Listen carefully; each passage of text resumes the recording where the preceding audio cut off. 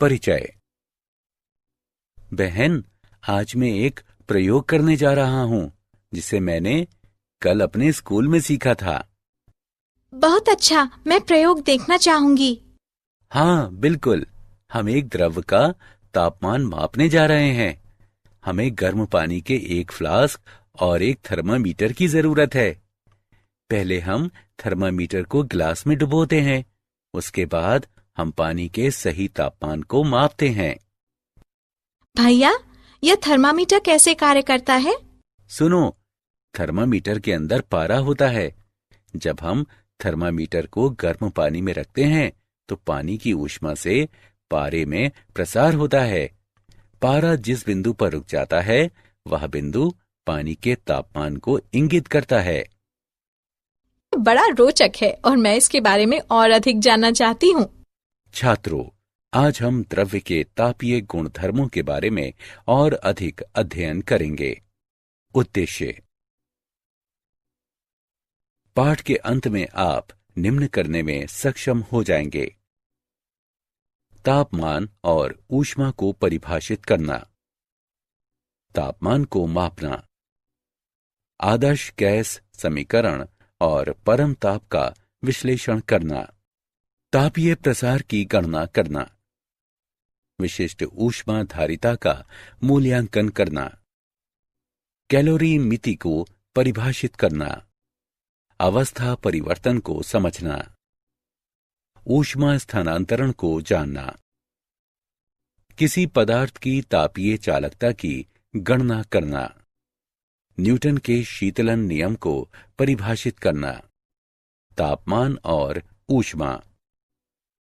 एक पिंड के तापमान को पिंड की गर्माहट या ठंड की कोटि के रूप में परिभाषित किया जाता है। इसका SI मात्रक केल्विन है और सामान्यतः तापमान के मात्रक के लिए डिग्री सेल्सियस का प्रयोग किया जाता है। ऊष्मा ऊर्जा का एक रूप है जिससे गर्माहट की अनुभूति होती है। इसका SI मात्रक जूल है और आमतौर पर मात्रक के लिए कैलोरी का उपयोग किया जाता है। 1 कैलोरी बराबर 4.184 जूल। इसका विमीय सूत्र ml² T⁻⁻²। तापमान का मापन। किसी पिंड के तापमान को मापने के लिए जिस उपकरण का उपयोग किया जाता है उसे थर्मामीटर कहते हैं। थर्मामीटर को विभिन्न पैमानों पर डिजाइन किया जाता है जो इस प्रकार है: सेल्सियस पैमाना, फ़ारेनहाइट पैमाना, केल्विन पैमाना और र्यूमर पैमाना।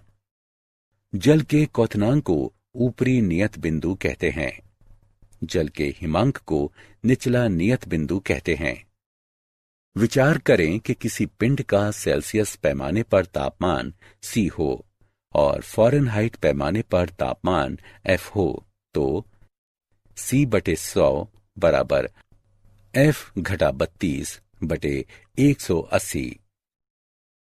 उदाहरण: एक नए डिजाइन के थर्मामीटर में निचला नियत बिंदु और ऊपरी नियत बिंदु क्रमशः 5 डिग्री और 95 डिग्री होता है। 50 डिग्री सेल्सियस के संगत इस पैमाने पर तापमान की गणना करें। आइए हल देखें। मान लें कि 50 डिग्री सेल्सियस के संगत पैमाने पर तापमान थीटा है तो θ-5/95 बराबर C/100। सरल करने पर हम प्राप्त करते हैं θ-5/90 बराबर 50/100, अतः थीटा बराबर 50 डिग्री। इस प्रकार डिजाइन किए गए थर्मामीटर के पैमाने पर अभीष्ट तापमान 50 डिग्री है।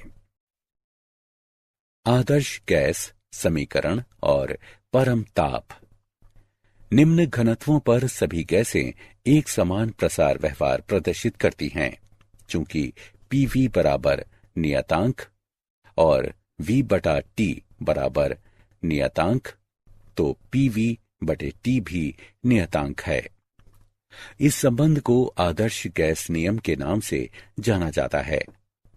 आदर्श गैस समीकरण को इस प्रकार भी लिखा जा सकता है, PV बराबर म्यू आर टी, जहां म्यू बराबर गैस के एक नमूने में मोलों की संख्या और आर बराबर सार्वत्रिक गैस नियतांक।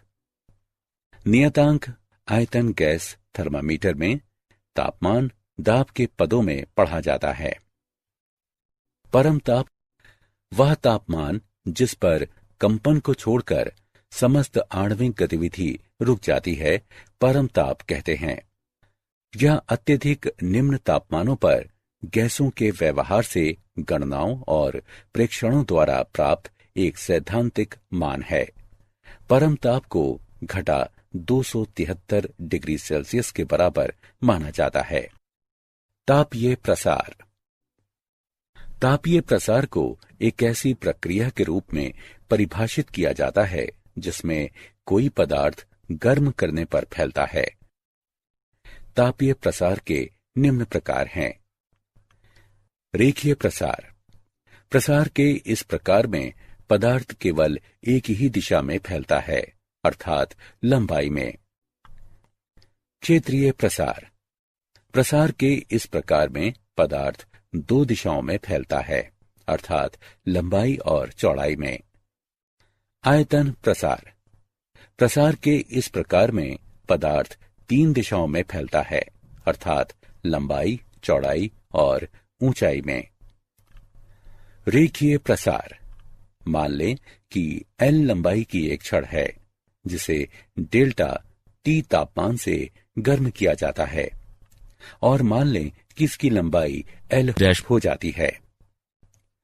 लंबाई में परिवर्तन मूल लंबाई और तापमान में परिवर्तन के अनुक्रमानुपाती होता है। इससे प्राप्त होता है L घटा L अनुक्रमानुपाती L डेल्टा T, या L घटा L बराबर alpha L delta T। Alpha का मान बराबर L घटा L डेल्टा T, जहां अल्फा बराबर रेखीय प्रसार गुणांक है। किसी छड़ की सामग्री के रेखीय प्रसार गुणांक को प्रति इकाई इसके तापमान में वृद्धि या परिवर्तन प्रति इकाई मूल लंबाई इसकी लंबाई में परिवर्तन के रूप में परिभाषित किया जाता है। क्षेत्रीय प्रसार। तापमान T1 पर मूल पृष्ठ क्षेत्रफल A वाले एक समतल पर विचार करें। मान लें कि तापमान T2 पर समतल का क्षेत्रफल A है। इससे प्राप्त होता है A घटा A अनुक्रमानुपाती A डेल्टा T, या A घटा A बराबर beta A delta T। Beta का मान बराबर A घटा A बटे A डेल्टा T, जहां बीटा बराबर क्षेत्रीय प्रसार गुणांक। क्षेत्रीय प्रसार गुणांक को प्रति इकाई इसके तापमान में वृद्धि या परिवर्तन प्रति इकाई मूल क्षेत्रफल पिंड के क्षेत्रफल में परिवर्तन के रूप में परिभाषित किया जाता है। आयतन प्रसार गुणांक। तापमान T1 पर मूल आयतन V के एक गोलीय पिंड पर विचार करें। मान लें कि तापमान T2 पर पिंड का आयतन V है। इससे प्राप्त होता है V घटा V अनुक्रमानुपाती V डेल्टा T, या V घटा V बराबर gamma V delta T। Gamma का मान बराबर V घटा V बटे V डेल्टा T, जहां गामा बराबर आयतन प्रसार गुणांक। आयतन प्रसार गुणांक को इसके तापमान में प्रति डिग्री वृद्धि या परिवर्तन प्रति इकाई मूल आयतन पिंड के आयतन में परिवर्तन के रूप में परिभाषित किया जाता है। विशिष्ट ऊष्मा धारिता। किसी पदार्थ की विशिष्ट ऊष्मा को इसके इकाई द्रव्यमान के तापमान को 1 डिग्री सेल्सियस बढ़ाने के लिए आवश्यक ऊष्मा की मात्रा के रूप में परिभाषित किया जाता है। इसे C से निरूपित करते हैं। इसका SI मात्रक जूल प्रति किलोग्राम प्रति केल्विन है। इसका विमीय सूत्र m to the power 0 L square T to the power minus 2 K to the power minus 1. m द्रव्यमान वाले किसी पदार्थ के तापमान को डेल्टा T तक बढ़ाने के लिए इसे दी गई ऊष्मा की मात्रा है H बराबर mc डेल्टा T, जहां H बराबर आवश्यक ऊष्मा की मात्रा और C बराबर पिंड की विशिष्ट ऊष्मा। कैलोरी मिति, ये वो विधि है जिसमें किसी पिंड द्वारा अवशोषित या मुक्त की गई ऊष्मा की मात्रा को मापा जाता है। उसे कैलोरी मिति कहते हैं। ऊष्मा की हानि या अर्जित की गई ऊष्मा बराबर ms थीटा, जहां m बराबर द्रव्यमान, s बराबर सामग्री की विशिष्ट ऊष्मा और थीटा बराबर तापमान में परिवर्तन। कैलोरी मिति ऊर्जा संरक्षण के सिद्धांत पर आधारित है। इसके अनुसार गर्म पिंडों द्वारा मुक्त की गई ऊष्मा ठंडे पिंडों द्वारा अर्जित की गई ऊष्मा के बराबर होती है। कैलोरी मिति के लिए आवश्यक है कैलोरीमीटर से ऊष्मा बाहर न जाने पाए, लिए गए विभिन्न पदार्थों के मध्य कोई रासायनिक अभिक्रिया न हो। अवस्था परिवर्तन, द्रव्य सामान्यतः 3 अवस्थाओं में पाया जाता है, ठोस, द्रव और गैस। इन अवस्थाओं में से एक से दूसरे में रूपांतरण अवस्था परिवर्तन कहलाता है।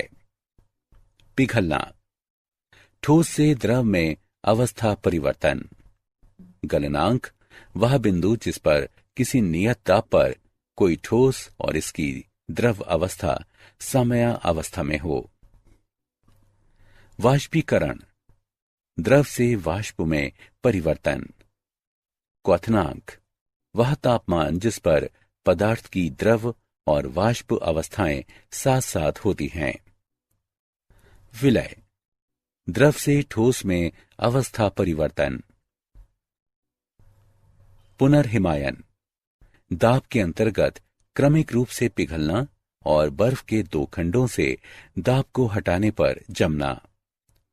ऊर्ध्वपातन, बिना मध्यस्थ द्रव अवस्था से गुजरे ठोस अवस्था से सीधे गैस अवस्था में रूपांतरण की प्रक्रिया। गुप्त ऊष्मा, अवस्था परिवर्तन के दौरान किसी पदार्थ द्वारा अवशोषित या मुक्त की गई ऊष्मा की मात्रा, जैसे कि नियत तापमान एवं दाब पर बर्फ का जल में बदलना। ऊष्मा स्थानांतरण, ऊष्मा 3 तरह से संचरित हो सकती है, चालन द्वारा, संवहन द्वारा, विकिरण द्वारा। चालन, किसी ठोस पदार्थ के एक सिरे से दूसरे सिरे तक घटक कणों की वास्तविक गति के बिना ऊष्मा स्थानांतरण। संवहन, घटक कणों की वास्तविक गति से ऊष्मा उच्च तापमान वाले क्षेत्र से निम्न तापमान वाले क्षेत्र की ओर स्थानांतरित होती है। विकिरण, ऊष्मा उच्च तापमान वाले एक पिंड से निम्न तापमान वाले एक दूसरे पिंड तक उनके बीच किसी प्रत्यक्ष संपर्क के बिना स्थानांतरित होती है। किसी पदार्थ की तापीय चालकता, किसी ठोस के उच्च तापमान से निम्न तापमान की ओर स्थानांतरित ऊष्मा की मात्रा इसके पृष्ठों के अनुप्रस्थ क्षेत्रफल, दोनों पृष्ठों के मध्य तापांतर, समय के अनुक्रमानुपाती और दोनों पृष्ठों के मध्य की दूरी के व्युत्क्रमानुपाती होती है।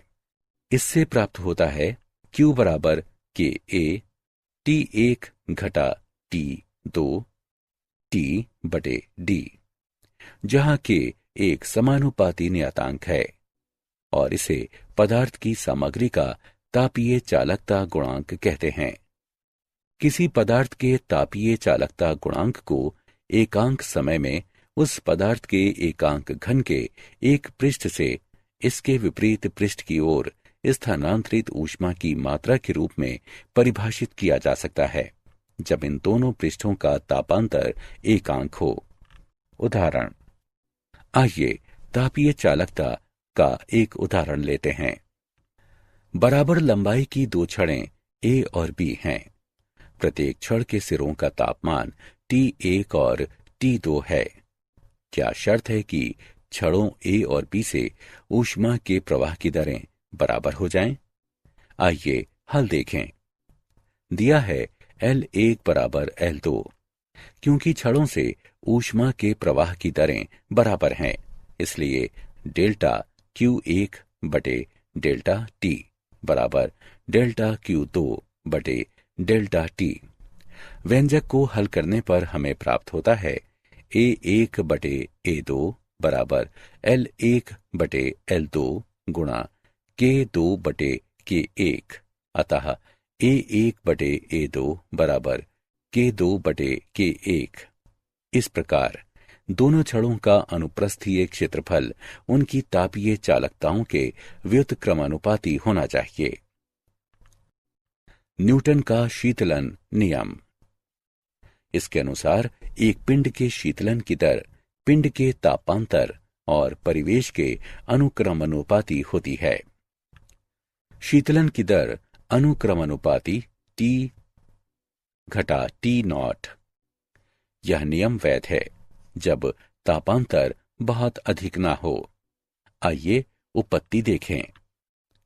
विचार करें कि तापमान T पर एक पिंड T0 तापमान वाले परिवेश में है, तो पिंड द्वारा प्रति सेकंड उत्सर्जित ऊर्जा है E बराबर सिग्मा अवयव है A T घटा T0 गुणा T जमा T0 गुणा T वर्ग जमा T0 वर्ग। चूंकि T0 के अत्यंत निकट है, अतः E अनुक्रमानुपाती T घटा T0 है। शीतलन की दर अनुक्रमानुपाती T घटा T0 है। यही न्यूटन का शीतलन नियम है। क्या आप जानते हैं, कैलोरीमिति वह विज्ञान है जो परिवेश के साथ विनिमय की गई ऊष्मा को मापकर किसी निकाय की ऊर्जा में परिवर्तनों का निर्धारण करती है। एक आदर्श गैस के लिए आयतन तापीय प्रसार प्रक्रिया के उस प्रकार पर निर्भर करता है जिसमें तापमान बदलता है। दो ज्ञात दशाएं हैं, समदाबी परिवर्तन जहां दाब को नियत रखा जाता है और रुद्धोष्म परिवर्तन जहां कोई कार्य नहीं किया जाता और एंट्रोपी में कोई परिवर्तन नहीं होता है। अलग अलग तापमान वाले परिवेश में रखी कुछ तापमान वाली एक वस्तु के ताप परिवर्तन को स्वरूप देने के लिए न्यूटन के शीतलन नियम का प्रयोग किया जाता है। सारांश। आइए हमने जो कुछ सीखा है उसे संक्षेप में दोहराएं। किसी पिंड का तापमान मापने के लिए जिस उपकरण का प्रयोग किया जाता है उसे थर्मामीटर कहते हैं। तापीय प्रसार को एक ऐसी प्रक्रिया के रूप में परिभाषित किया जाता है जिसमें कोई पदार्थ गर्म करने पर फैलता है। किसी पिंड के ऊष्माधारिता को पूरे पिंड के तापमान को 1 डिग्री सेल्सियस बढ़ाने के लिए आवश्यक ऊर्जा की मात्रा के रूप में परिभाषित किया जाता है। कैलोरीमिति ऊर्जा संरक्षण के सिद्धांत पर आधारित है, जिसमें गर्म पिंडों द्वारा ऊष्मा की हानि ठंडे पिंडों द्वारा अर्जित ऊष्मा के बराबर होती है। अणुओं का अपने समीपवर्ती अणु के साथ संघट्ट द्वारा ऊष्मा का स्थानांतरण चालन कहलाता है। संवहन ऊष्मा स्थानांतरण का एक ऐसा तरीका है जिसमें अणु ऊष्मा को स्थानांतरित करने के लिए एक स्थान से दूसरे स्थान तक गति करते हैं। विकिरण ऊष्मा स्थानांतरण का सबसे त्वरित तरीका है जिसमें किसी माध्यम की आवश्यकता नहीं होती। न्यूटन के शीतलन नियम के अनुसार एक पिंड द्वारा ऊष्मा हानि की दर परिवेश से तापांतर के अनुक्रमानुपाती होती है।